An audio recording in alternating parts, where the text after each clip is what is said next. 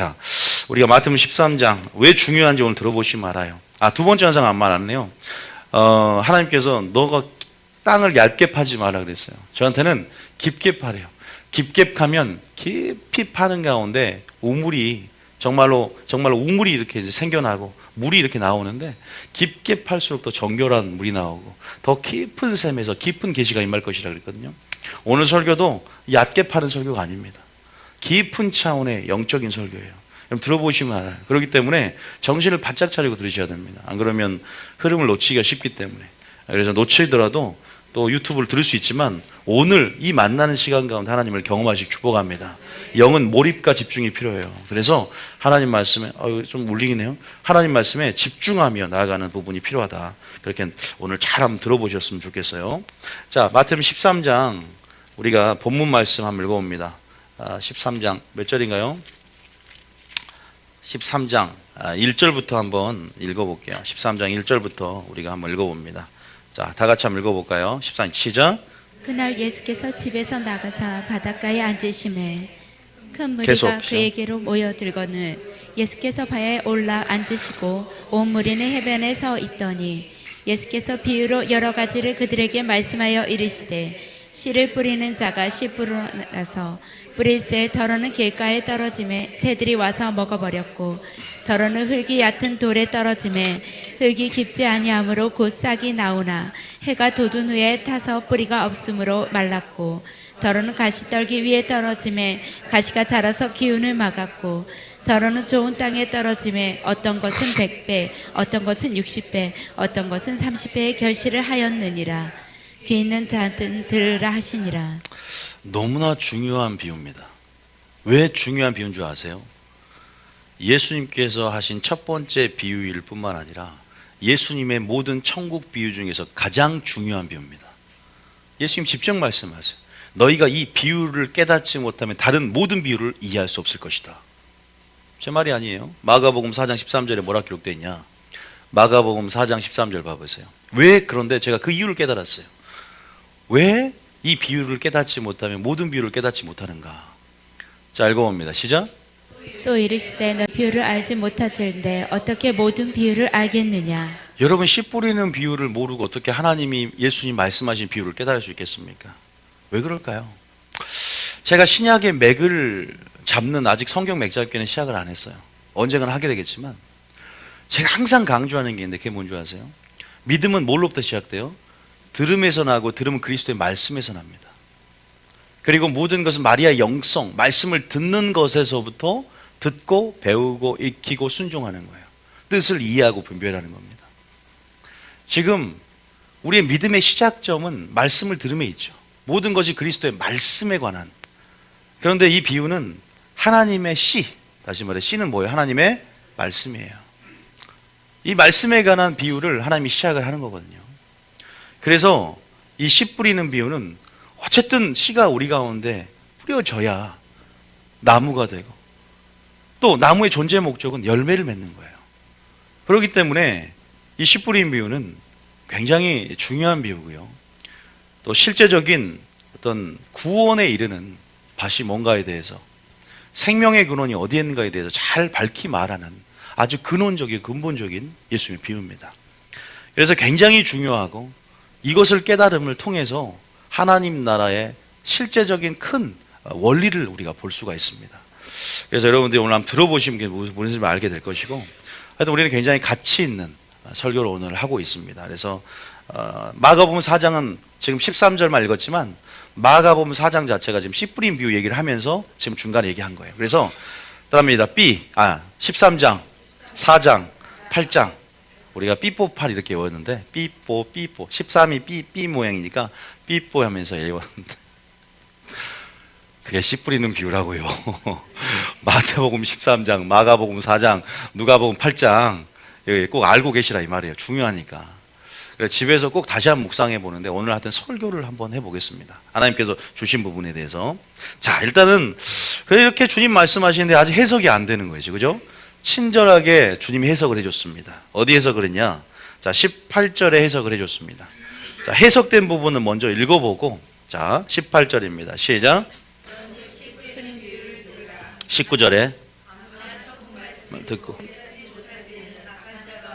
그 마음에 뿌리는 것을 빼앗나니 이는 곧 길가에 뿌린 자요. 20절에 돌밭에 뿌려졌다는 것은 말씀을 듣고 즉시 기쁨으로 받되 21절에 그 속에 뿌리가 없어 잠시 견디다가 말씀으로 말미암아 환난이나 박해가 일어날 때에는 곧 넘어지는 자요. 잘 기억 한번 해보세요. 그 다음에 나는 무슨 밭인가 한번 생각을 해보십시오. 자, 22절입니다. 시작. 가시떨기에 뿌려졌다는 것은 말씀을 들으나 세상의 염려와 재물의 유혹에 말씀이 막혀 결실하지 못하는 자요. 자, 23절입니다. 시작. 좋은 땅에 뿌려졌다는 것은 말씀을 듣고 깨닫는 자니 결실하여 어떤 것은 100배, 어떤 것은 60배, 어떤 것은 30배가 되느니라 하시더라. 자, 예수님께서 그 밭이 어떠한 밭인지, 그 밭은 마음밭인데 어떠한 특성을 갖고 있는지에 대해서 그 밭의 또 성격에 대해서 친절하게 비유를 풀이를 해 주셨습니다. 오늘 여러분 프린트물을 보면서 제가 나갈 거예요. 왜냐하면 중요하고 굉장히 많은 원리가 들어있기 때문에 이 프린트물은 그냥 전체적인 개요만 얘기해놨지 여러분들이 오늘 설교 들을 것은 또 여러분들이 있어요. 자, 제가 1번에 먼저 하나를 개념을 알아야 됩니다. 밭은 뭡니까? 1번에 밭은 뭐예요? 마음입니다. 마음밭이요. 씨가 어디에 뿌려집니까? 마음입니다. 그래서 너희는 성도는 하나님의 집이요 하나님의 밭이라고 표현이 되어 있어요. 하나님의 신령한 하나님의 씨가 뿌려지는 마음밭이다. 하나님의 씨를 신령한 것을 뿌린 이유는 뿌리는 장소는 항상 마음밭이다. 기억하세요. 두 번째 씨는 뭐예요? 하나님보다 말씀이다. 누가복음 8장 몇 절에 나와 있어요. 우리 이거는 중요하니까 이건 읽어볼게요. 누가복음 8장 10 몇 절이에요? 1절인가요? 누가복음 8장 11절에 읽어봅니다. 앞에 이거 보셔도 됩니다. 성경 안 찾아도 돼요. 시작. 이 비유는 이러하니라. 씨는 하나님의 말씀이요. 씨는 하나님의 뭐다? 꼭 기억하십시오. 그래서 고전 9장 11절 보면은 이 씨를 뭐라고 하냐? 하나님 말씀이지만 신령한 것이라고 말을 해요. 그래서 마치 씨를 뿌리는 것처럼 뿌린다는 표현을 씁니다. 사도 바울이 우리가 너희에게 신령한 것을 뿌렸은즉 내가 너희에게 육적인 것을 거둔다고 과하다 하겠느냐, 이런 말을 합니다. 그래서 육적인 것과 신령한 것들을 이렇게 말하면서 내가 말씀 사역으로 너희에게 하나님 위로부터 나온 말씀을 너희에게 너희 마음밭에 뿌렸기 때문에 너희들이 나를 영접하는 것은 마땅하다, 이런 것들이에요. 가치를 봤을 때. 여기서 그래서 여러분들이 알다시피 믿음은 뭐에서 납니까? 들음에서 납니다. 들음은 그리스도의 말씀입니다. 신령한 것을 뿌린다는 것은 설교를 하는 것이고, 또 여러분 그래서 그것이 뭐예요? 뿌렸기 때문에 성도들 마음밭에 그 씨가 뿌려졌다는 것은 또 말씀을 들었다는 겁니다. 할렐루야. 이런 비유들을 또 여러분 초신자도 있기 때문에 또 그렇게 제가 말씀을 드리는 거예요. 마음밭에 뿌려진다. 그럼 뿌리는 자는 누굽니까? 예수님이죠.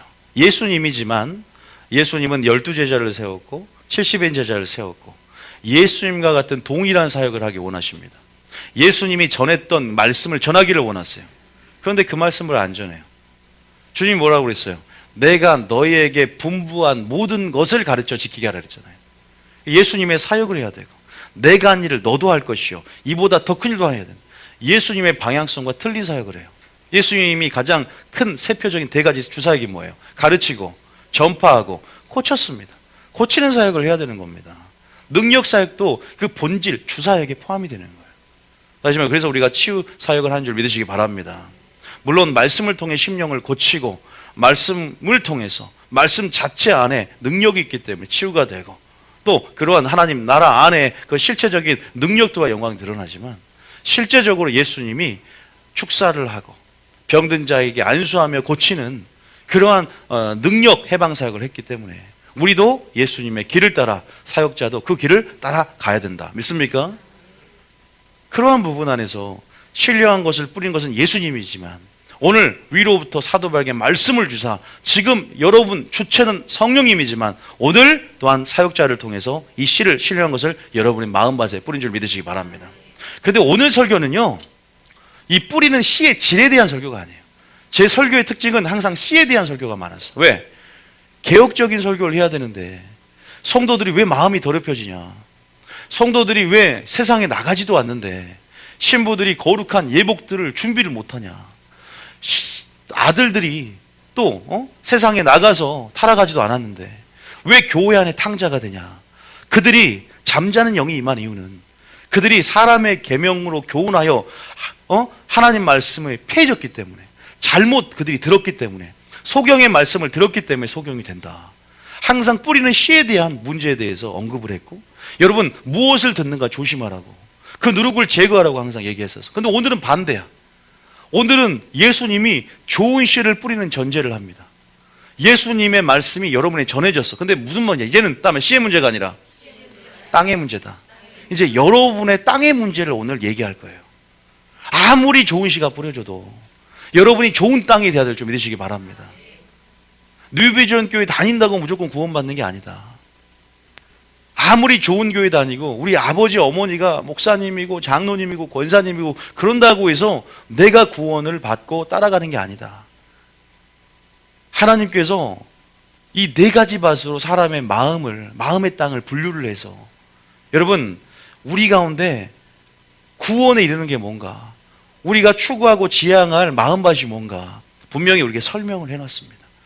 그래서 너희가 이 비유를 모르면 어떤 모든 비유를 알 것이며, 이 비유가 첫 번째 비유로 가장 중요하다. 주님이 분명히 우리에게 말씀했기 때문에 오늘 여러분들이 씨의 문제가 이 땅의 문제 가운데 다시 한번 여러분의 마음을 살펴보고 믿음을 점검하는 시간이 되기를 축복합니다. 자, 그러면 우리가 많이 여러분들이 이 비유에 대해서 들은 적이 있어요. 들어본 적도 있고 제 설교 들어본 적이 있지만 오늘 좀 더 깊게 한번 들어가고자 합니다. 더 깊은 우물을 파서 하나님 가운데 감추어진 그 비밀들이 주님이 왜 근데 우리 하나님이 깊은 계시를 나타내는 줄 아세요? 이유가 뭘까요? 왜 하나님께서 물론 모든 교회에게 나타내고 싶지만 어떤 교회는 정말 깊은 차원의 계시가 나타납니다. 어떤 교회는 정말 얕게 나타납니다. 왜 그럴까요? 왜 그렇게 교회마다 계시의 수준이 틀릴까요? 왜 말씀의 깊이의 수준이 틀릴까요? 왜 그럴까요? 왜냐하면 우리가 찾으니까. 단순해요. 찾는 자에게 상 주심을 믿어야 할지니라. 구하라.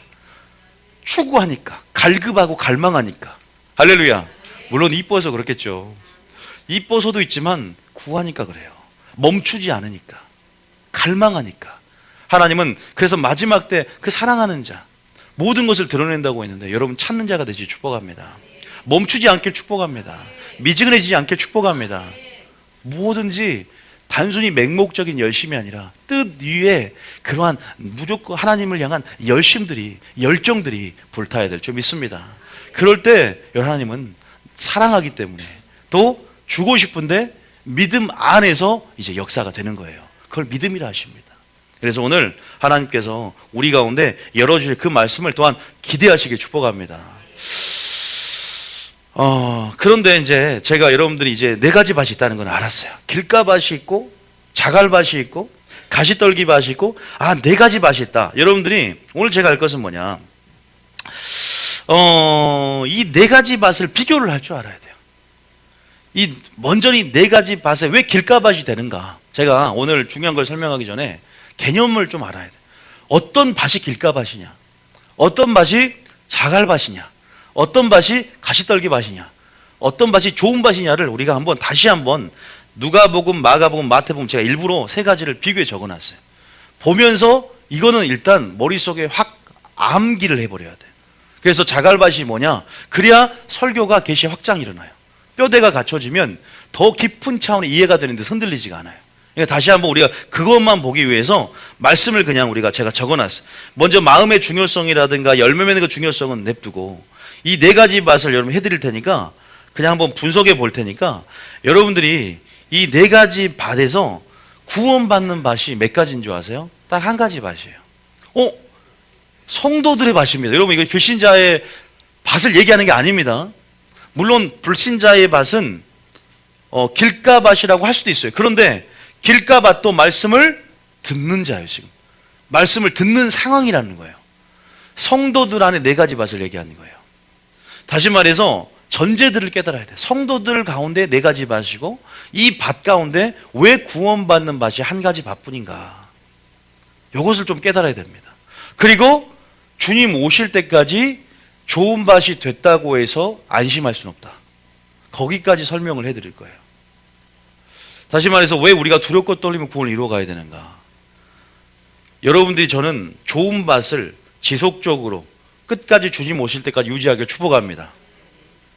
흔들리지 않게 축복합니다. 좋은 밭에서 가시떨기밭이 되지 않길 축복합니다. 좋은 밭에서 자갈밭이 되지 않길 축복합니다. 길가밭까지 되지는 않겠지만 길가밭이 되지 않길 축복합니다. 어떤 밭이 그런 밭이냐? 언제든지 밭은요 바뀔 수 있어요. 우리가요 처음에 우리 묵은 땅이었습니다. 기경이 되지 않고 여러분 갈아엎지도 않은 땅이었어요. 그런데 결국은 우리가 하나님 말씀 안에서 우리의 타락하고 만물보다 거짓되고 부패한 이 마음이 어디 마음까지 간 줄 아세요? 그리스도의 마음까지 변화될 수 있다는 걸 하나님이 알려주셨어요. 오직 하나님 말씀으로, 거듭남으로. 할렐루야. 여러분 그 과정 가운데 여러분 생각해 보세요. 여러분이 묵은 땅을 호세아에서 기경하라 그랬어요. 말씀의 쟁기로 갈아엎고 나의 말씀은 반석을 깨뜨린 방망이 같지 아니하냐, 불같지 아니하냐. 그 말씀으로 다시 한번 갈아엎고 그냥 그 말씀으로 자갈들을 다 치우고 깨뜨려서 자갈들을 채우고 또 가시떨기 같은 가시와 엉겅퀴를 다 뽑아내면서 그리스도의 마음을 지금 이루어가는 과정인 줄 믿습니다. 그런데 이러한 과정 안에서 지금 그 네 가지 밭을 이렇게 나누는 거예요. 하나님께 우리 마음들을 너무나 살피고 계신 주님입니다. 생명의 근원이 왜 이에서 난지 아세요? 설명해 드릴게요. 마음을 지켜라 그랬어요. 도둑이 여러분 여행 갈 때 문을 활짝 열고 가도 그냥 냅두세요. 다 가져가라고. 마음을 지키시기 축복합니다. 마음은 안 뺏겼잖아요. 안 웃깁니까? 다 뺏겨도 마음은 뺏기지 않게 축복합니다. 여러분 그래서 우리가 이제 그런 부분에서 제가 설명을 해드릴 거예요.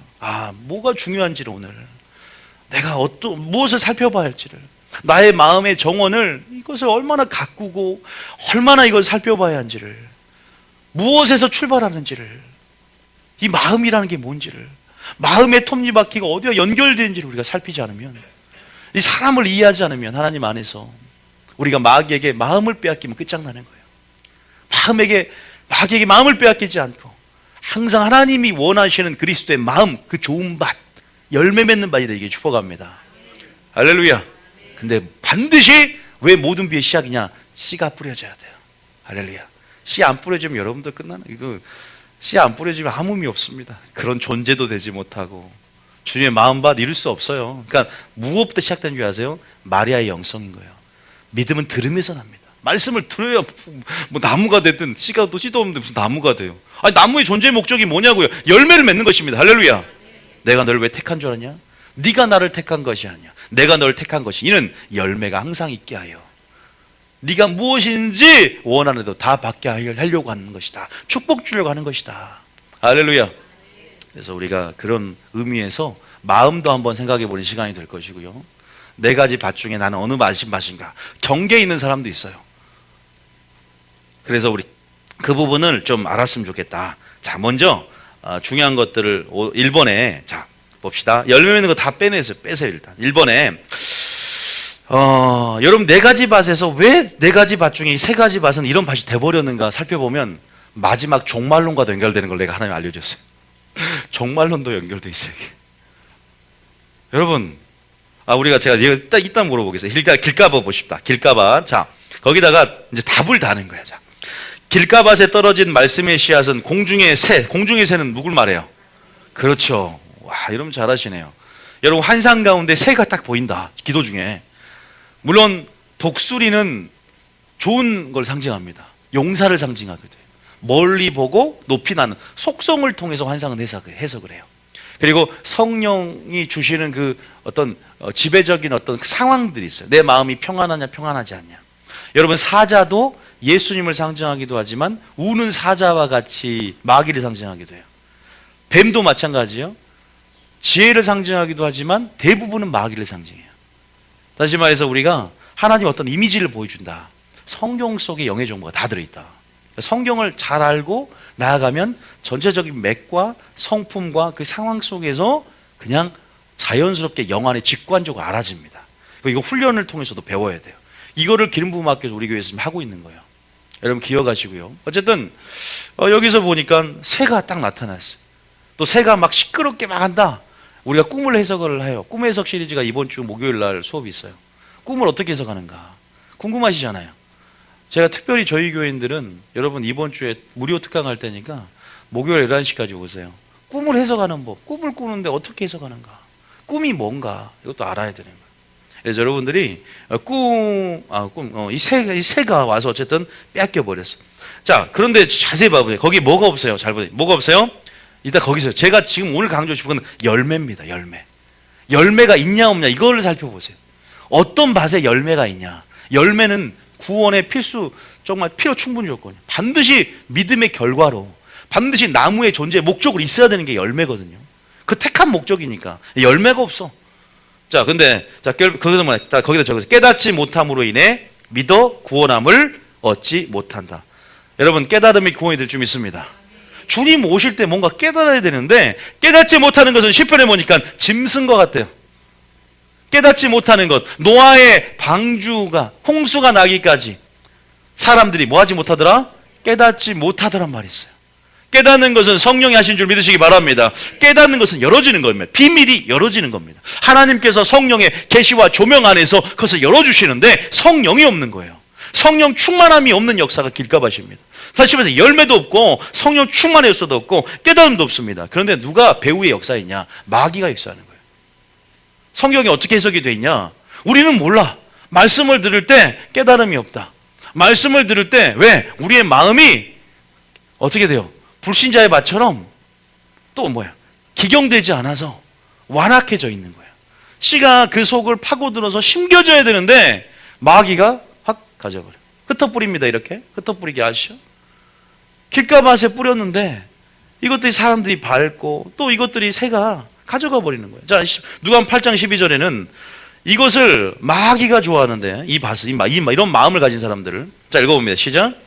길가에 있다는 것은 말씀을 들은 자니 이에 마귀가 가서 그들이 믿어 구원을 얻지 못하게 하려고 말씀을 그 마음에서 빼앗는 것이요. 자, 이 말씀을 읽으니까 갑자기 이제 저야 흐름 타신 분들은 생각나는 말씀 있죠. 자, 이대로 잡고 있으면서 누가복음 10장 몇 절이에요? 자, 절은 제가 모르겠는데 누가복음 10장에는 있는데 자, 누가복음 10장에 마리아 얘기하면서 마리아가 말씀 듣는 걸 우선순위로 택한 자잖아요. 몇 절이에요? 42절에 자 42절 보세요. 잘 보세요. 자 일단은 시작. 몇 가지만 하든지 혹은 한 가지만이라도 족하니라. 마리아는 이 좋은 편을 택하였으니 빼앗기지 아니하리라 하시니라. 좋은 편을 택했다. 말씀을 듣는 편이 여기서 문맥에서 좋은 편이다. 우선순위를 확정했고 믿음은 들음에서 나고 들음 그리스도의 말씀에서 난다. 어쨌든 이 말씀을 듣는 편을 택했고 결국 이 마리아의 마음밭은 분명히 확실하지만 좋은 밭이에요. 일단 어쨌든 좋은 밭은 아직 안 했지만 이 말씀을 듣고 또 지키고 또 순종했고 인내해서 이제는 결실하는데 이것들이 결국 뭐예요? 좋은 편을 택하여서 빼앗기지 않는 삶의 방식으로 나가는 삶을 우리가 마리아는 그렇게 삶으로 나갔는데 여기서 보면 어쨌든 믿어 구원을 얻지 못하게 하라고 말씀을 그 마음에서 빼앗아 버렸다. 자, 두 번째 한번 볼게요. 마태복음 13장 19절 읽어보면 시작. 아무나 천국 말씀을 듣고 깨닫지 못할 때에는 악한 자가 와서 그 마음에 뿌려진 것을 빼앗나니 이는 곧 길가에 뿌려진 자요. 우리가 듣고 깨닫지 못하는 것 같지만 악한 자의 역사가 있었다는 거예요. 그 배후에 뭐냐? 마음에 뿌려진 것을 빼앗나니 빼앗아 버린다는 거죠. 세 번째, 이 마가복음에서는 뭐라고 조명되어 있냐? 시작 읽어봅니다. 시작. 말씀이 길가에 뿌려졌다는 것은 이들을 가리킴이니 곧 말씀을 들을 때 사탄이 즉시 와서 그들에게 뿌려진 말씀을 빼앗는 것이요. 일단요 우리가 하나님 말씀을 들을 때는요 기대감이 있어야 됩니다. 믿습니까? 마음이 물된 동산처럼 성령 안에서 이렇게 씨가 심겨질 수 있는 부드러운 마음이 돼야 돼요. 무슨 마음이 돼야 된다? 완악한 마음이 구약에 굉장히 많이 나와요. 화인 맞은 양심까지는 아니더라도요 완악해진다는 것은 하나님이 싫어하는 마음이에요. 굳은 마음, 완악한 마음. 그래서 하나님이 무엇을 보내준 줄 아세요? 성령을 보내줍니다. 성령을 보내 우리 마음이 어떻게 돼요? 부드러운 마음을 주사. 할렐루야. 부드러워져야 돼요. 또 성령을 주시면요, 성령의 계시와 조명 안에서 하나님의 기쁨도 통달하며 에베소 2장 17절에 하나님을 깨닫게 된다 그랬어요.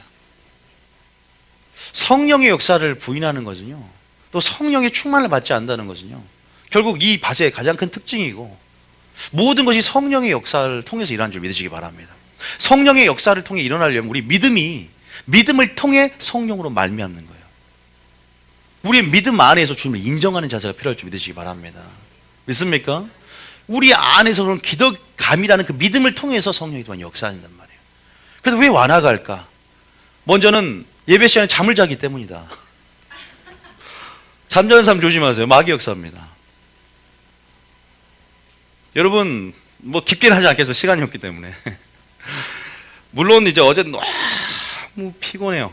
게임도 하고 너무나 피곤해서 이제 뭐 잠을 잘 수도 있지만 육체적으로 피로해서. 근데 신기하게 예배 되면 잠이 있다고 오는 사람은 그 어둠의 역사가 지금 뭔가 지배하는 거예요. 축사가 필요합니다. 저도 그렇게 배워왔어요. 영예사역을. 그래서 신기하게 끝날 때쯤에 눈이 떠지는데 다른 사람보다 정말 시계보다 정확합니다. 눈이 떠지는 게 시계보다 정확해요. 그 느낌으로, 예언 사역자보다 더 정확하게 그 느낌으로 압니다. 이게 이게 눈이 떠지는 게. 그러지 않게 축복합니다. 그러면 나중에 교회의 대적자가 되고 다른 말 하는 사람이 됩니다. 왜? 흐름을 못하기 때문에. 가장 중요한 비유, 씨 뿌리는 비유, 하나님 말씀이 뿌려져야 존재가 되고 그리스도의 마음이 되는데, 씨 없는, 그 본질 없는 그 거듭남의 경험이 없기 때문에 비본질에만 주목하다 보니까 세상의 지식과 경험으로 교회를 관철시키고 교회 비본질만 크게 보기 때문에 문제를 일으키는 사람 중에 한 사람이 될 수가 있습니다. 그러나 이 교회의 흐름, 진리의 흐름, 영의 흐름, 말씀의 흐름을 타면 하나님 안에서 깨달음을 통해 겸손해지고 온유해지고 부드러운 심령이 되어 주님의 마음밭 가운데 온전한 그 열매들이 나타난다는 사실 믿으시기 바랍니다. 그래서 먼저 들음이 중요해요. 교회는 보러 오는 게 아닙니다. 들으러 온 줄 믿으시기 바랍니다. 세례요한에게 너가 왜 여기 왔냐? 얘들아 너 왜 왔냐? 너 뭐 부드러운 갈대냐? 뭐 부드러운 좋은 옷을 입은 사람이냐? 아니다. 뭐요? 선지자, 광야에 외치는 그 음성을 들으러 왔다 그래요. 믿습니까? 교회의 목적이 뭐냐? 우리 광야에 외치는 그 소리입니다. 뭔가 믿음은 봄을 통해 나는 게 아니라 들음을 통해 난다. 할렐루야. 듣는 종교다. 그래서 진리의 말씀을, 예수의 말씀을, 여호와 입에서 나오는 말씀을 드려야 될 줄 믿습니다. 믿음의 출발이라는 거예요. 씨 뿌린 비유는요, 그래서 중요합니다. 듣는 자가 없이, 전하는 자가 없이 어찌 들으리요? 들음 없이 어떻게 믿음이 생기리요? 그래서 기억하신다면 여러분 에베소 1장 17절 봐보세요. 성령의 역사인 거예요. 결국은요, 변화되고 깨닫는 것은 내가 깨닫는다고 깨닫는 게 아니라, 머리로 깨닫는다는 것은 깨달음이 아닙니다. 영으로 깨닫고 마음으로 깨달아야지. 17절 읽어볼게요. 시작. 우리 주 예수 그리스도의 하나님 영광의 아버지께서 지혜와 계시의 영을 너희에게 주신 하나님을 알게 하시고. 지혜와 계시 영이 뭡니까? 성령을 통해서 하나님을 아는 겁니다. 다시 말해 성령의 역사가 아니었기 때문에. 두 번째는 머리가 큰 사람들, 여러분 세상의 초등학문을 통해서 지식과 경험을 배워나가면 그것은 우리의 혼을 성장시키는, 세상은 우리의 혼을 크게 만듭니다. 그게 마귀의 작전이에요. 그런데 이제 우리의 영을 훈련시키고 크게 만들면 하나님 말씀밖에 없습니다. 할렐루야. 신령한 젖은 우리의 구원에도 자라가게 하고, 어릴 때부터 성경 하나니 성경 곧 너희로 하여금 구원에는 지혜를 준다 그랬어요. 하나님의 사람을 온전케 한다 그랬습니다. 근데 성경을 안 배워요. 그래서 성경을 안 배우니까 땅으로부터 난 지혜에 익숙하지, 성경을 통해서, 하나님을 통해서 위로부터 난 지혜에 익숙하지 않습니다. 그러니까 위로부터는 지혜가 아니라 내 경험과 지식에 의존한 어떠한 사람의 지혜, 땅으로부터 난 지혜를 통해서 어느 정도 유익은 얻고 사람에게 인정은 받지만 구원과는 상관이 없고, 그것이 능력이 되지는 않는 거예요. 무슨 말이냐? 때로는 나의 지혜가 하나님의 지혜를 막을 수 있다는 거예요. 내 지혜가 너무 가득 찼기 때문에 말씀이 안 열어지는 거예요. 성철 스님이 50도구를 하는데 천국에 못 갔어요. 마지막 성철 스님의 천추의 한이라는 신을 보니까 나는 석가모니를 따라 지옥에 떨어진다, 죽을 때 영계가 임했을 때 쓴 시가 공개는 안 됐지만 유튜브에 이렇게 공개가 됐습니다. 자기 부모님이 와도 내다보지 않고 출가했다는 명분에 또 잠도 누워 자잖아요. 그러니까 그게 뭐냐, 뻘짓거리라는 겁니다. 저는 스님도 말해 쓰라 그래, 쓰. 존중, 저는 종교적인 차원에서는 타협할 것도 없고 협력할 것도 없다 생각하기 때문에. 그 스님께서 이렇게 앉아서 하는데 왜 누워서 자야지 앉아 자요? 여러분, 우리에겐 자유함이 있는데 자기 의로, 자기 노력으로 뭔가를 해탈의 경제가 이루려는 그런 노력들, 이걸 굉장히 우상인 거예요. 하나님 제일 싫어하는 거예요. 우리는 성령을 통해서만이 더 높은 차원으로 들어갈 수 있는 거 믿습니까? 항상 모든 종교는 껍데기도 화려하고 자기에게 주목하게 만듭니다. 보세요. 마태복음 11장 24절에 보면 이런 말이 있어요. 하나님의 비밀, 이 하나님 나라, 이 비유의 복음의 비밀을 누가 막냐? 정확하게 마태복음 11장 24절에 이렇게 말하고 있어요. 보세요. 25절에 25절 보세요. 읽어봅니다. 시작. 그때 예수께서 대답하여 이르시되 천지의 주제이신 아버지여, 이것을 지혜롭고 슬기 있는 자들에게는 숨기시고 어린 아이들에게는 나타내심을 감사하나이다. 땅의 지혜에 익숙한 자들, 세상의 지식과 경험, 논리, 철학, 이성적인 사람들, 과학적이고 분석적인 것을 가져야만이 그건 세상에 살아남을 수는 있겠지요. 천국에서 못 살아남습니다. 하나님 여러분 테스트했어요. 야, 오병이어 기적이 일어났는데 야, 이 사람들 어떻게 할래? 빌립에게 테스트하잖아요. 빌립은 계산법이 세상 계산법이야. 이 사람들 한 200데나리온 정도에도 부족할 것 같은데요. 빌립을 시험코자 하심이라. 하나님의 계산법이 그 속에 들어있는가를 보려고 했는데 이성으로 생각하는 거예요. 하나님 나라 일들을. 그런 자에게 하나님의 경험권이 안 맡겨집니다. 하나님 말씀으로, 영의 사람으로, 진리의 사람으로 무장이 돼야 돼, 우리는요. 그런데 왜 하나님의 지혜가 필요하냐? 슬기롭고 지혜 있는 자에게 그 숨겨버려, 하나님 나라 비밀을요. 사사로운 지혜가 하나님의 지혜를 막습니다. 땅에 나온 지혜는 아예 속성 자체가 위로운 지혜가 틀린 거예요. 땅에 있는 지혜는 마귀적이고 세상적이고 정욕적이라고 말씀하셨어요. 야고보음 3장이고. 그러니까 여러분들이 사도 바울조차도 내가 그 모든 학문들이 뭐예요? 하나님을 알기에 걸림돌이 되니까 배설물로 여겨버리잖아요. 내가 그리스도를 얻기 위해서. 그런다고 공부 포기하는 소리도 아닙니다.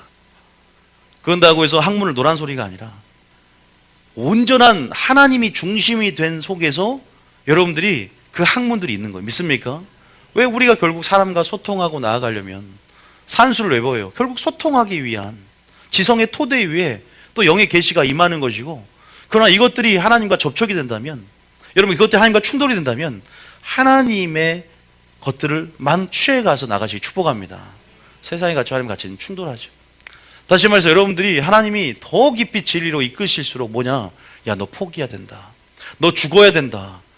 이게 하나님의 요구예요. 그러니까 예수님은 사랑하고 교회는 다니지만 더 깊은 진리로 가기가 무서운 거야. 왜? 다 포기해야 되고 맨날 죽어야 되고 죽도록 충성해야 되고. 그런데요, 하나님 여러분 삶 가운데 죽음을 요구하세요. 더 깊이 들어올수록 너 죽도록 충성해야 돼. 왜? 천국의 보상이 있기 때문이야. 소망을 하늘에 둔 자만이 천국의 비밀을 깨닫는 겁니다.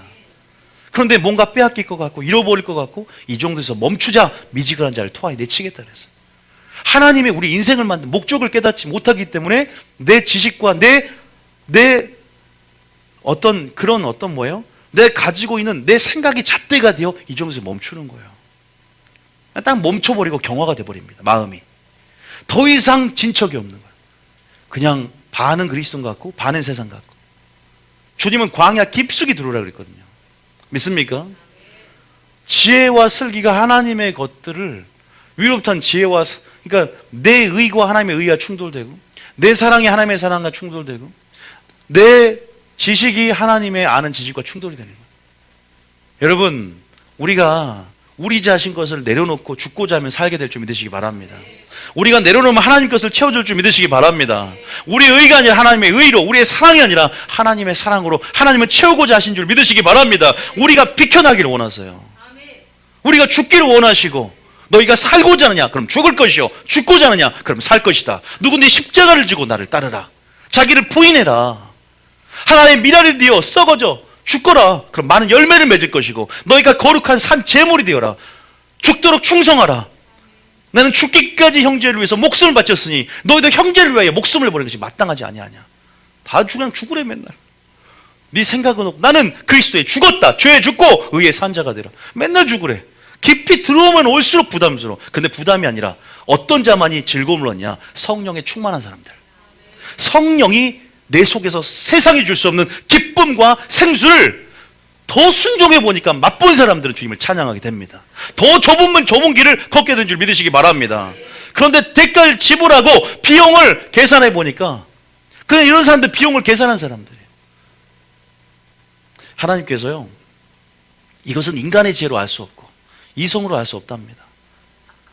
우리 가운데 성령 충만하면 하나님의 계산법이 들어오고 정말 주님의 시각과 마음이 들어옴을 통해서 믿음의 눈이 열리게 될 줄 믿으시기 바랍니다. 여러분의 속사람이 성령의 능력과 말씀의 능력으로 강건해져서 믿음의 눈을 열고 주님이 나와 함께 하심을 보기 때문에 우리가 능히 그 좁은 길을 걸을 수 있는 줄 믿으시기 바랍니다. 아, 내 힘이 아니구나. 내 노력이 아니구나. 내가 모든 걸 포기할 때 하나님이 책임져 주는구나. 이게 믿음 아니겠습니까?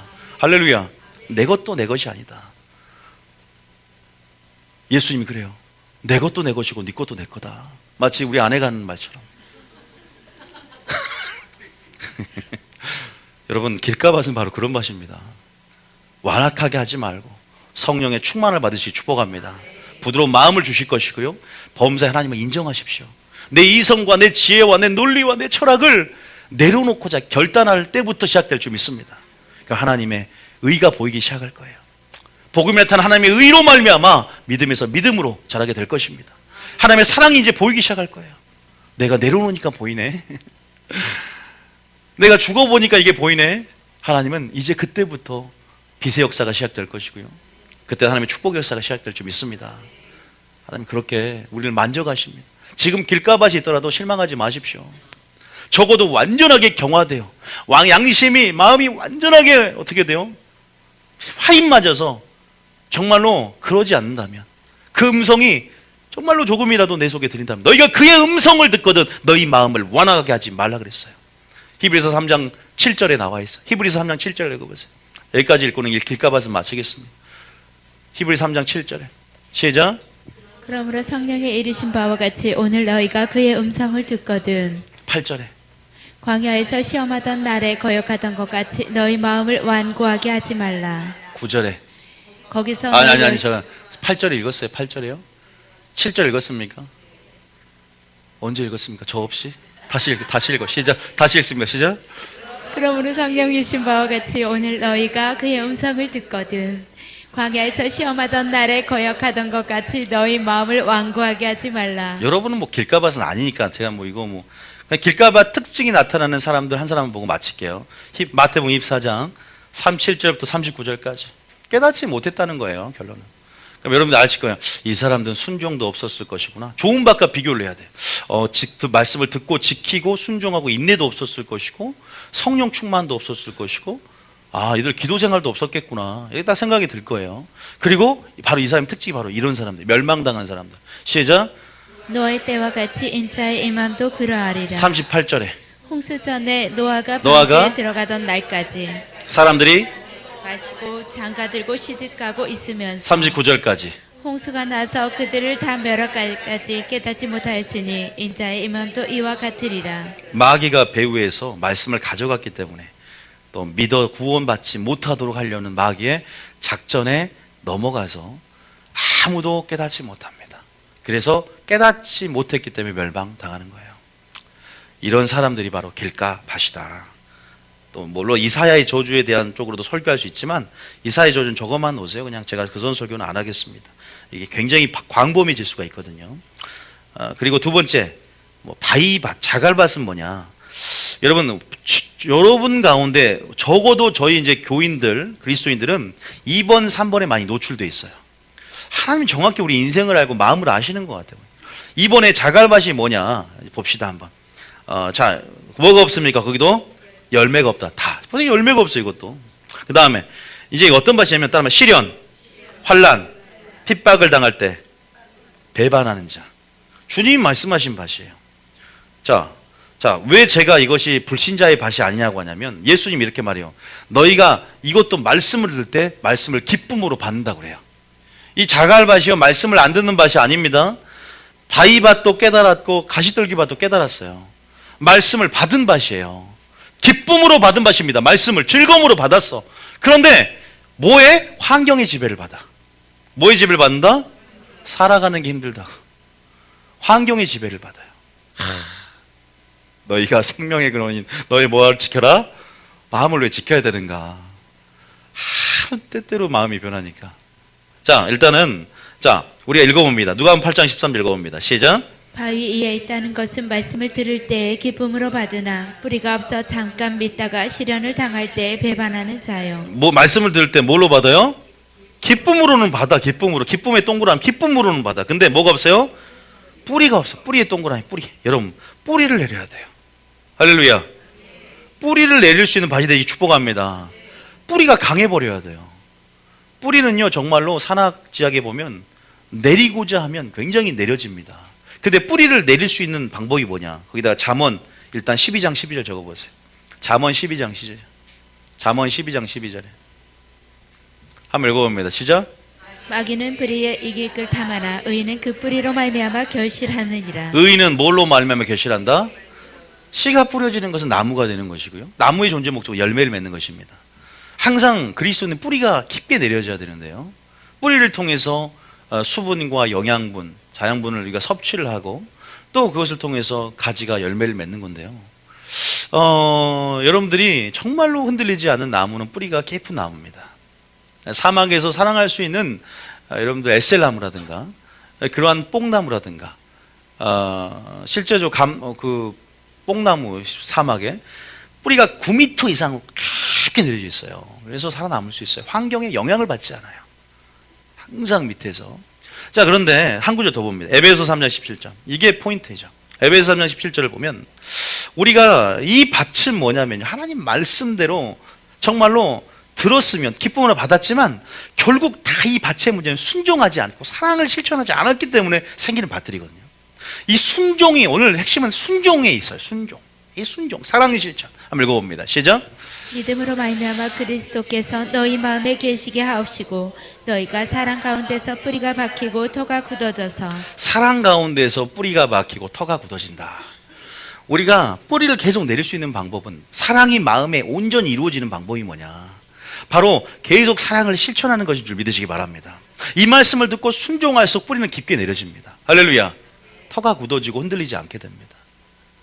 여러분 이것은 계속적으로 말씀을 듣기만 하여 자신을 속이는 자가 아니라 하나님 말씀에 우리가 뿌려진 이유조차가 믿어 순종케 하려고라고 나와요. 로마서 1장 5절에 보면 내가 믿어 순종케 하려고 내가 하나님 나에게 택하신 사도 직분을 줬고 내가 부르신 목적은 바로 너희를 믿어 순종케 하려는 거다. 순종하고 사랑할 때 우리가 더 뿌리를 깊게 내린 줄 믿으시기 바랍니다. 근데 뿌리가 일단 없어. 잠깐 견디다가 믿다가 시련을 당할 때 뭐한 자다?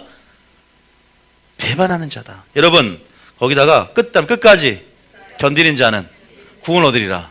종말로 나옵니다. 마지막 때 끝까지 견디는 자는 구원 얻습니다. 제가 여기까지 깊게는 안 들어갑니다.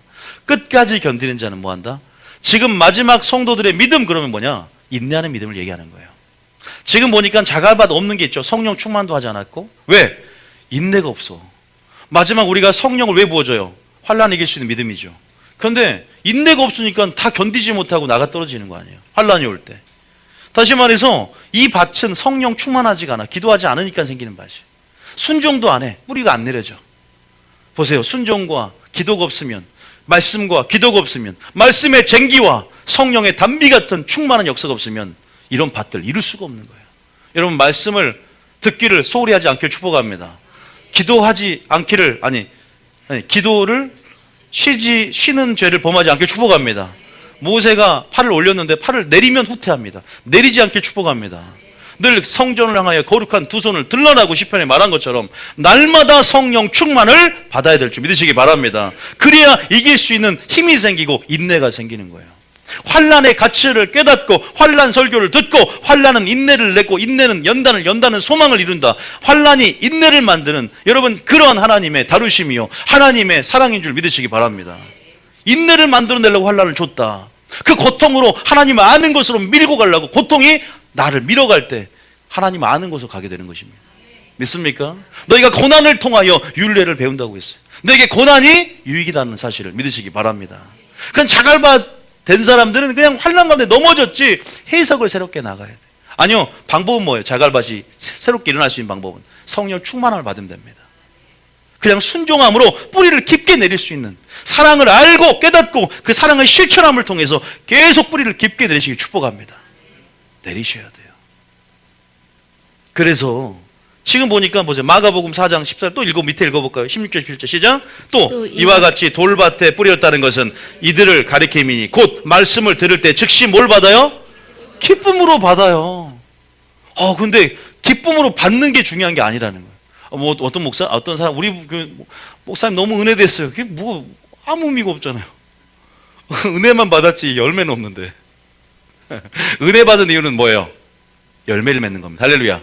왜 그래요? 골로새 1장 6절에 보면 거기 번외로 제가 말씀드릴게요. 골로새 1장 6절을 보면 은혜 받은 게 중요한 게 아니라 은혜 받은 반드시 뭘 맺어야 된다?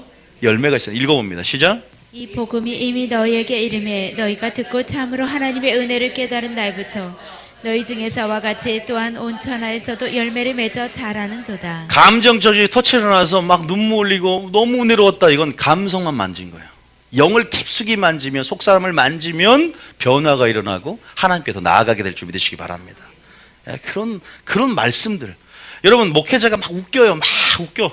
제가 웃기긴 하지만 막 웃기게 설교해서 막 너무 신나게 스트레스 풀고 가서 아휴, 영생 있는 줄 아십니까? 안 그래요.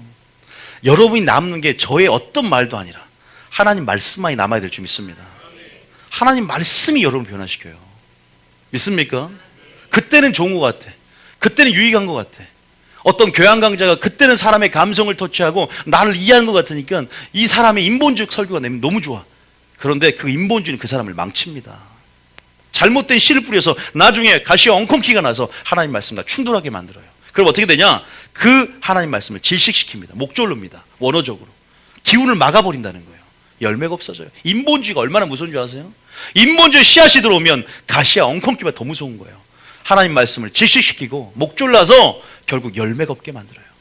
이게 마귀의 작전인 거 아셔야 됩니다. 두 마음이 아니라 어떤 마음이, 어떤 씨앗이 나를 사로잡을 것인가. 오직 순수 하나님 말씀이 사로잡게 축복합니다. 이게 가시떨기입니다. 그래서 저는 계속 여러분 강조하는 거 여러분 느끼실 거예요. 김원주 목사는 마리아의 영성하면서 계속 말씀을 듣는 것부터 시작된다. 하나님을 아는 것이. 진리의 깨끗하고 순수한 말씀을 구별하고, 지금 씨의 문제는 거론하지 땅의 문제를 하지만 실제로 씨가 질이 어떠냐를 굉장히 중요하거든. 씨도 질이 중요한 걸 따져봐야 되고, 아무리 좋은 씨앗이어도 돼, 또 땅도 따져봐야 돼. 무슨 밭인지를. 그러니까 우리가 점검할 게 너무나 많다는 거야, 하나님 앞에. 보세요, 주님이 오죽했으면 야 자갈밭 되면 안 됐대요. 넘어지고 배반하는 자래요. 배반하는 자.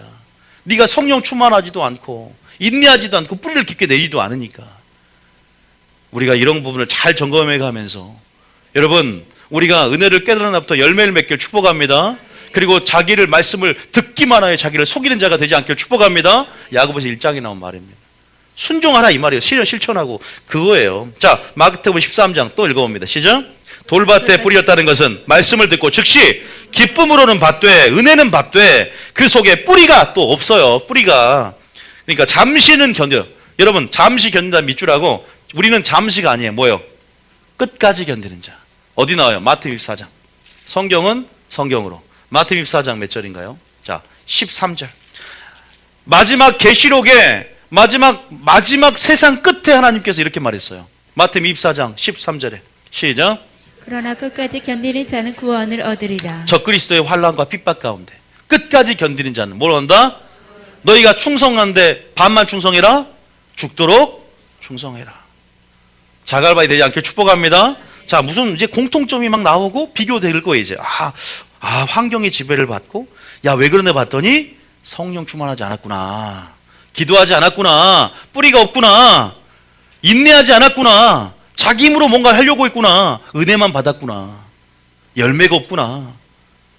이게 무슨 뭐예요? 열매 중요성을 아는데 여러분들은. 자, 세 번째는 뭐예요? 제가 했습니다. 가시떨기 밭입니다. 가시에 뭐가 막힌다?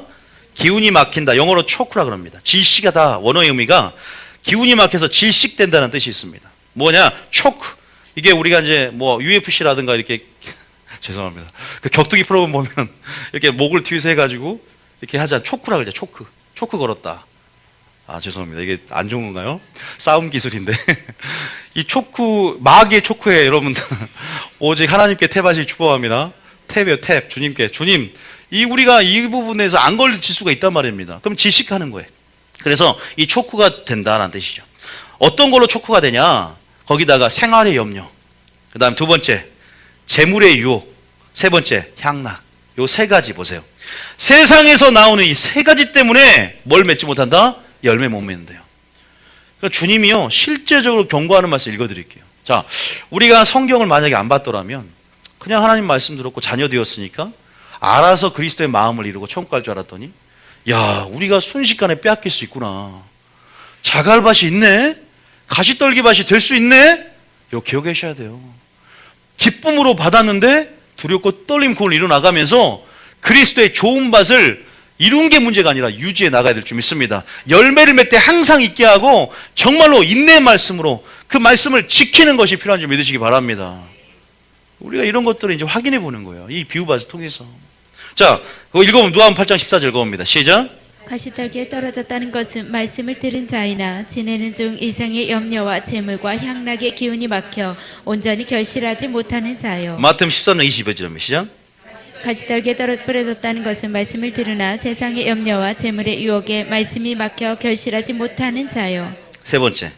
또 어떤 이는 가시떨기에 부러진 자니 이들은 말씀을 듣기는 하되 세상의 염려와 재물의 유혹과 기타 욕심이 들어와 말씀을 막아 결실하지 못하게 되는 자요. 여러분, 이것은 거기다 적으세요. 두 마음에 대한 얘기입니다. 자, 무슨 말이냐?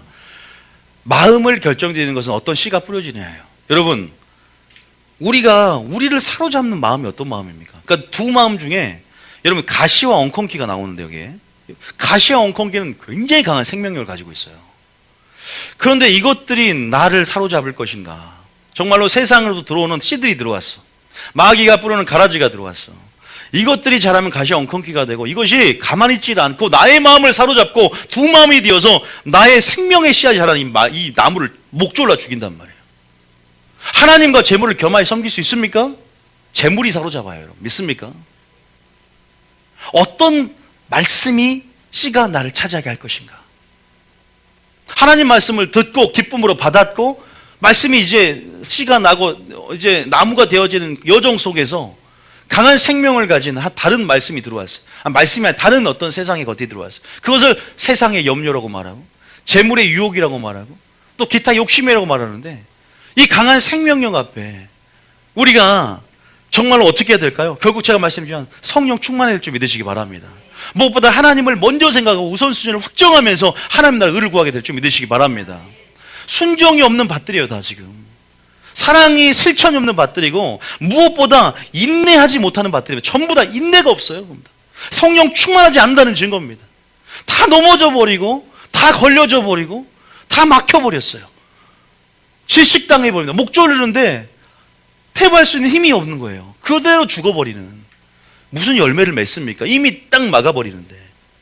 여러분, 우리가 이런 이중적인 마음을 품는 것이 아니라 오직 하나님 마음이 자리 잡게 하시기 축복합니다. 말씀의 쟁기로 완전히 골라내시고 자갈을 골라내시고 가시와 엉겅퀴를 겹뿌리만 뽑지 말고 원뿌리까지 뽑아내야 되는 거예요.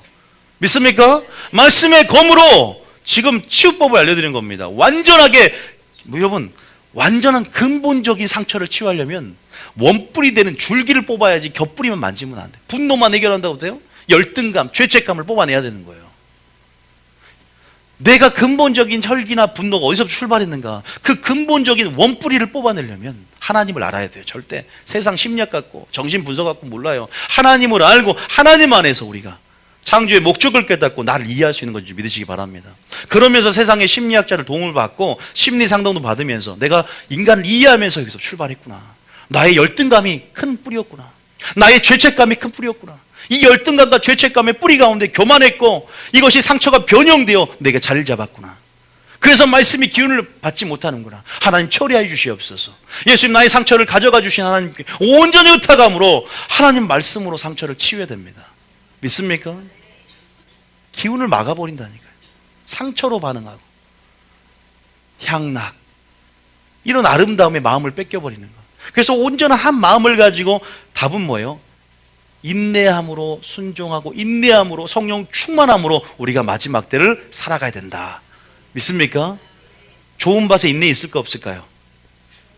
말씀을 듣고 지키는 거 있을까 없을까요? 완전하게 다 있습니다. 이것이 잠깐 일회성으로 거듭남의 경험이 잠깐 거듭남의 경험은 지속돼야 된다는 겁니다. 제가 여러분의 부담을 드리는 게 아닙니다. 하나님이 여러분이 뭔가를 만들었어요. 근데 여러분이 만들었는데 여러분 만든 것이 여러분 마음대로 안 되면 기분 나쁘잖아요. 하나님 여러분을 창조했어요. 자유의지를 줬을 뿐입니다. 만든 목적이 있다는 겁니다. 하나님의 영광을 위해서 창조된 자입니다. 여러분 여러분의 것이 아닙니다. 여러분 마음대로 살아가라고 세상에서 마음대로 즐기라고 살아가는 존재가 아닙니다. 창조자의 명분이 있고 창조자의 의도가 있고 목적이 있고 요구가 있습니다. 그것대로 살아가는 존재가 인간의 본연적인 존재입니다. 그런데 그렇게 되면 영생이 있고 신의 성품까지 신의 형상까지 나중에는 신적인 위치까지 올라갑니다. 영생을 주잖아요. 그분의 신적 생명을 나눠주면 우리가 하나님처럼 되는 거잖아요. 아니 하나님 같이 되진 않지만 나중에 결국은 본연적으로 신령한 몸을 입으면서 얼굴과 얼굴을 볼 수 있는 영적 생명들이 나눠주기 때문에 곧 신적 생명을 소유하는 거예요. 그 보상을 주지 않습니까? 믿습니까? 그걸 기대한다면 우리 위치를 지키시길 축복합니다. 절제하셔야 된다는 거예요. 그런데 잠깐의 일락, 향락, 이 세상에 100년도 안 되는 이 삶을 나를 위해 투자하다가 영원한 생명을 놓치겠습니까? 그거 잘 살아서 영원한 생명 누릴 것인가 항상 생각을 또 해봐요. 묵상을 해보죠. 여러분 하나님 안에서 생각하실 축복합니다. 하나님 없으면 우리도 없는 것이고 하나님 안에서 우리를 볼 수 있다. 이런 생각도 마찬가지죠. 그래서 여러분들이 여러분 마음이 지금 정확하게 누가복음 21장 36절 봐보세요. 여기에 정확하게 나와 있어요. 가시떨기밭이 되는 사람들의 마음을 누가복음 21장 34절. 자, 가시떨기는 누가복음 21장 34절 읽어보겠습니다. 자 34절에 시작. 너희는 스스로 조심하라. 그렇지 않으면 방탕함과 첫 번째, 질투함. 스스로 보세요. 믿는 자가 믿기만 해서 마음대로 살아가는 소리를 안 해. 성경은 절제하라 그러지. 그러면서 뭐야? 스스로 조심하래. 왜? 선조할 건 넘어질까? 조심하래요. 하나님께 떨어질까? 염려하래. 히브리 3장에. 왜? 그렇지 않으면 방탕함이 생긴대. 두 번째, 술 취함과 생활에 염려 나오잖아요. 여기. 가시떨기밭이 된다 이 말이에요. 마음이 어떻게 돼요? 왜 둔해져요? 질식, 초크하니까.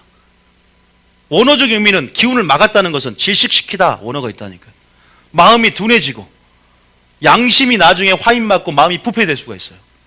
마음이 뜻밖의 보세요. 근데 주님이 갑자기 골리앗이 나타나게 만든단 말이에요. 마귀는 갑자기 골리앗이 딱 나타나고 갑자기 마귀가 테스트할 때 유혹하거나 하나님의 시험할 때 팥죽한 걸 놓는단 말이에요. 그런데 뜻밖의 재림도 마찬가지야. 하나님께 심판도 마찬가지야. 뜻밖의 도둑같이 임하기 때문에. 저 보세요. 읽어보면 내가 올려보세요. 뜻밖의 그날이 뭐같이 임한다? 덕과 같이 임한답니다. 그 다음 읽어볼까요? 시작. 이날은 온 지구상에 거하는 모든 사람에게 임하리라. 이거는 재림의 날이고 또 그 전에 환란이 올 수도 있는 겁니다. 36절입니다. 시작. 이러므로 너희는 장차 올 이 모든 일을 능히 피하고 인자 앞에 서도록 항상 기도하며 깨어 있으라 하시니라. 지금 길가밭, 바위밭, 가시떨기밭 기도했어요 안 했어요? 기도 안 한 밭이라니까요. 왜? 성령 충만하지 않는 밭입니다. 인내가 없다는 거예요 결국은. 끝까지 견뎠어요? 아니요. 잠시 동안만 견뎠어요. 가시떨기밭 성령 충만했다면 진리 안에서 인도하심을 받고 그 어떤 것도 여러분 세상을 사랑하지 않습니다. 근데 깨어있지 못한 밭들이에요. 다시 말해서 이 세 가지 밭은 열매가 없고 깨어있지 못한 밭입니다. 마지막 때를 살아가는 성도들이 반드시 이것들을 보면서 좋은 밭이 돼야 됩니다. 믿습니까? 여기에 그날이 덕과 같이 임할 것이다. 우리가 이 말씀을 들으면서 우리가 우리 마음에 씨를 뿌리지 않는 사람도 더 나쁜 거예요. 우리는 적어도 지금 씨가 뿌려져서 다행인 것은 씨가 뿌려져 있어 지금. 그러니까 우리 성도들이 줄 수가 있는 말씀이에요. 왜? 그리스도의 말씀이 지금 뿌려졌고 이제 마음을 어떻게 할 것인가의 문제지만 다른 교회 또 다른 좀 잘못된 교회는 뿌리는 씨가 잘못되어 보니까 좋은 밭을 가져도 엉겅퀴가 나버려. 생각해 보세요. 마음밭은 다 좋아 성도들이. 근데 잘못된 씨를 뿌리니까 소경이 돼버리는 거야. 그 사람도 불쌍하고. 좋은 씨를 뿌려도 자기가 합당한 그릇이 되지 않으니까, 깨끗한 그릇이 되지 않으니까 이 말씀을 심고 고이 기도로 물 주면서 가꾸고 열매를 맺는 데까지 인내함으로 결실해야 되는데 결실이 없으니까 우리가 살펴야 될 게, 믿음을 점검해야 될 게, 너희가 무릇 생명의 근원이 이에서 남이니라. 무릇 지킬 만한 것을 지키되 마음을 지키라. 너희가 마음으로 나의 법을 지키라 그랬어요. 모든 신앙은 마음에서 납니다. 마음에 쌓인 것들로 이불어낸다 그랬어요. 우리가 그 사람의 마음에 쌓인 것의 결과가 그 사람의 존재됨이고 인격입니다. 네 마음에 쌓인 것대로 이불어내고 생각으로 나올 것이고 행동이 나올 것이다. 마음이 행동을 결정짓습니다. 마음에 어떤 씨가 뿌려졌느냐, 거기서부터 행동이 출발한다는 거예요. 할렐루야. 무엇을 들을 겁니까? 여러분 마음에 무엇을 쌓을 것입니까? 마음이 이렇게 중요합니다. 그래서 마음은 우리의 영을 이루고 그리스도의 마음으로 갈 수 있기 때문에 생명의 근원이 이에서 나무는 거예요.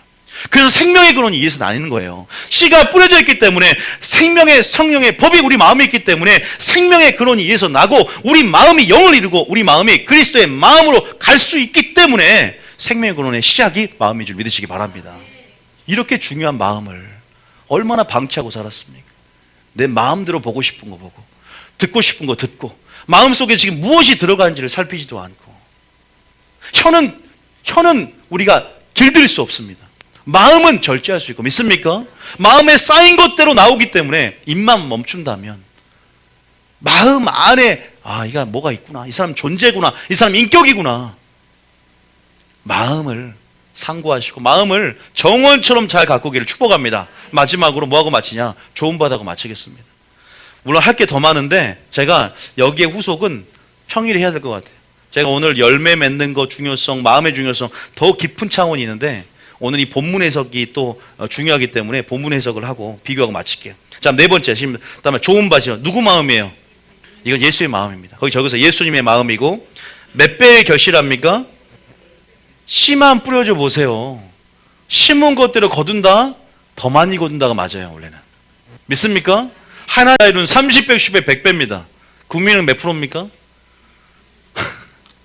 신앙은 몇 프로예요? 여러분 하나님의 이자율, 천국 이자율은 30배, 60배, 100배, 1000배, 만배인 줄 믿으시기 바랍니다. 신명기에 1000배가 나왔어요. 1000배.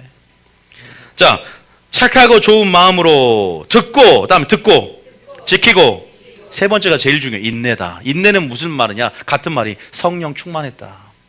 왜? 내 힘으로 인내하는 거 아니에요. 성령의 열매잖아요. 다시 말해서 결실하는 자다. 열매가 있어야 돼요. 자, 네 가지 밭을 비교해봤더니 열매는 길가밭만 있더라. 그리고 첫 번째 말씀을 들었고 두 번째는 말씀을 듣기만 하여 자기를 속이지 않고 말씀을 순정하고 지킴을 통해서 뿌리가 내려졌더라. 믿습니까? 지금 다른 밭에 없는 밭이 다 있어. 그리고 더군다나 인내해서 핍박이 와도 도망가지 않고 인내해서 결국은 끝까지 견디는 자는 구원을 얻게 될 줄 믿으시기 바랍니다. 이해되시죠? 여러분 이것을 이렇게 해야 돼요. 근데 문제는 이 좋은 밭도 유지를 해야 되는 거예요. 그 유지하신 능력은 성령의 능력인 줄 믿습니다. 아니 좋은 밭이 금방 가시떨기 밭이 돼. 누가 있어요? 데마가 사도 바울의 4대 동역자잖아. 빌레몬서에 보니까 나의 데마, 와 데마가 대단한 사람인데 나중에 이 사람이 마음밭이 바뀌어버려.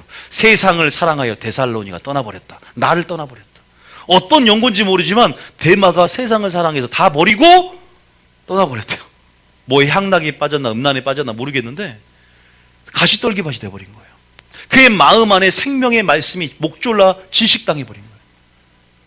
열매가 과거에 있었다는 게 중요한 게 아니라 현재도 맺고 있어야 돼요. 관계가 유지돼야 될 줄 믿으시기 바랍니다. 아니면 다 시대로 떨어져 버리는 거. 더 이상 열매 맺을 수 없는 나무가 된다면 안 되는 건 믿습니까? 왜 열매가 중요하냐? 요한복음 15장 15절. 자, 거기다 마쳤습니다. 요한복음 15장 15절. 16절. 자, 16절부터 시작.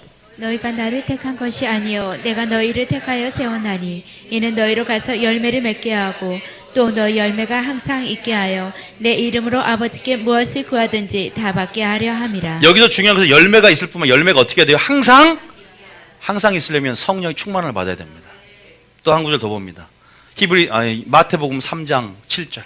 마태복음 3장 7절. 바리새인의 문제는 결국 열매가 문제였어요.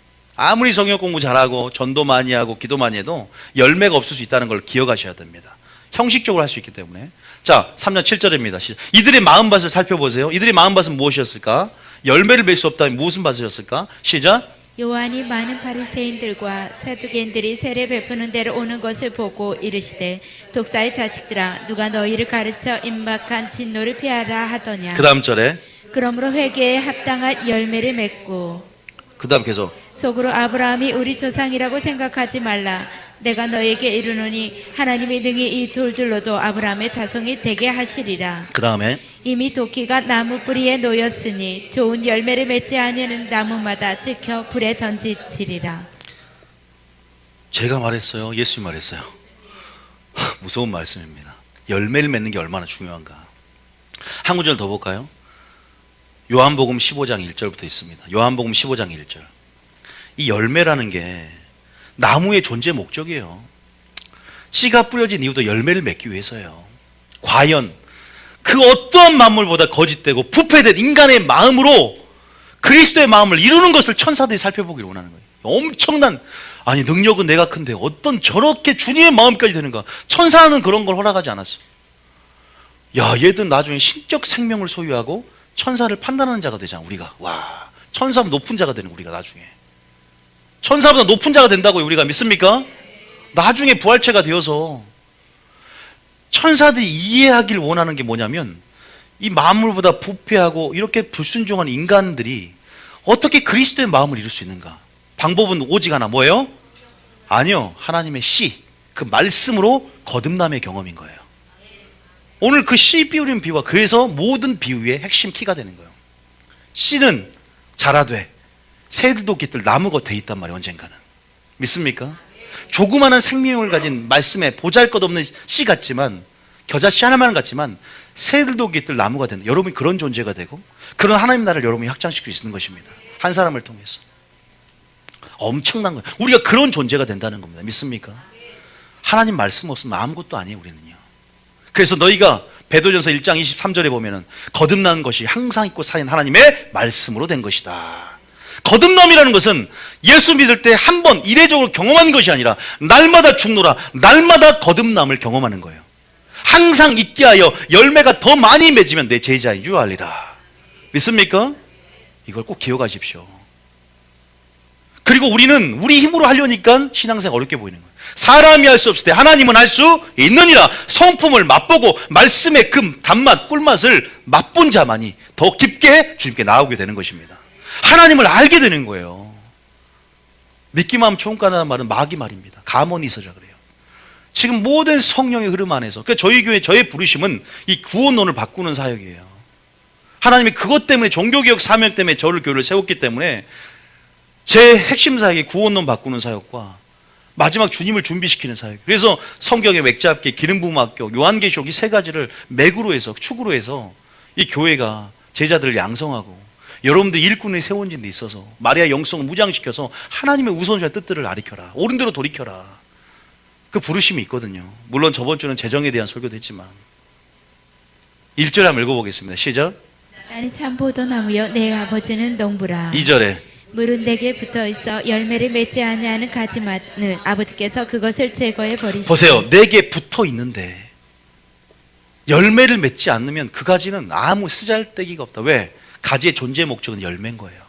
택한 목적은 열매입니다. 나무됨은 결실하는 것인 줄 믿으시기 바랍니다. 무화과 나무가 결실이 아짐으로 저주를 받은 것처럼, 물론 그 문맥은 그게 아닙니다. 그럼에 불구하고 그게 돼요. 무릇 열매를 올려보세요. 열매를 맺게 하려 하여 그것을 뭐요? 버퍼리님 걸렸는데 깨끗하게 만다 하시는 일. 왜요? 왜 웃어요? 그 다음 절입니다. 시작. 그 다음 절에 시작. 너희는 내가 일러준 말로 이미 깨끗하여졌으니 그 다음 절에 내 안에 거하라. 나도 너희 안에 거하리라. 가지가 포도나무에 붙어 있지 아니하면 스스로 열매를 맺을 수 없음같이 너희도 내 안에 있지 아니하면 그러하리라. 너희들 인내로 결실하는 거 니들이 하는 게 아니라 내가 도와줄 거야. 너희 스스로 열매 맺는 게 아니라 내가 능력이 되어 성령 열매는 너의 열매가 아니라 나의 열매를 맺게 할 것이다. 할렐루야. 스스로 열매를 맺을 수 없는 걸 내가 알기 때문에 붙어있고 내 안에 거해서 순종하고 사랑을 실천하고 항상 성령의 충만함을 받으라. 할렐루야. 아멘. 풍성한 열매를 맺게 될 줄 믿습니다. 그리스도의 마음을 이루게 될 줄 믿습니다. 아멘. 항상 있고 살아있는 말씀으로 거듭남 가운데 여러분 그러한 거듭난 존재가 될 줄 믿습니다. 믿습니까? 심판이 분명히 있습니다. 이것도 기억하시고 마지막 한 구절 읽고 찬양하겠습니다. 베드로전서 1장 23절. 베드로전서 1장 23절. 나머지 30분 분량은 다음에 하겠습니다. 자, 베드로전서 1장 23절에 23절. 베드로전서 1장 23절. 제가 후서했나요? 자, 시작. 너희가 거듭난 것은 썩어질 씨로 된 것이 아니요 썩지 아니할 씨로 된 것이. 다시 말해서 모든 만물보다 거짓되고 부패한 마음이 하나님의 마음, 좋은 맛이 될 수 있는 이 기적은, 이 놀라운 변화 역사는 오직 하나님 씨로 되었다는 사실을 기억하십시오. 씨 없으면 우리는 어떤 존재, 어떤 인격도 될 수 없다는 것. 성령 충만함으로 그 겨자씨에 하나님 만한 그 하나님의 말씀이 어떻게 변화의 역사를 이루어 새도 깃들 나무가 되는지를 생각하면서 그 씨를 잘 보살피고 그 씨가 아름답게 심은 것에 열매일 수 있도록 인내함으로 끝까지 견딤으로 어떤 존재가 되는지를 보게 될 줄 믿으시기 바랍니다. 축복합니다. 자, 찬양 들어주세요.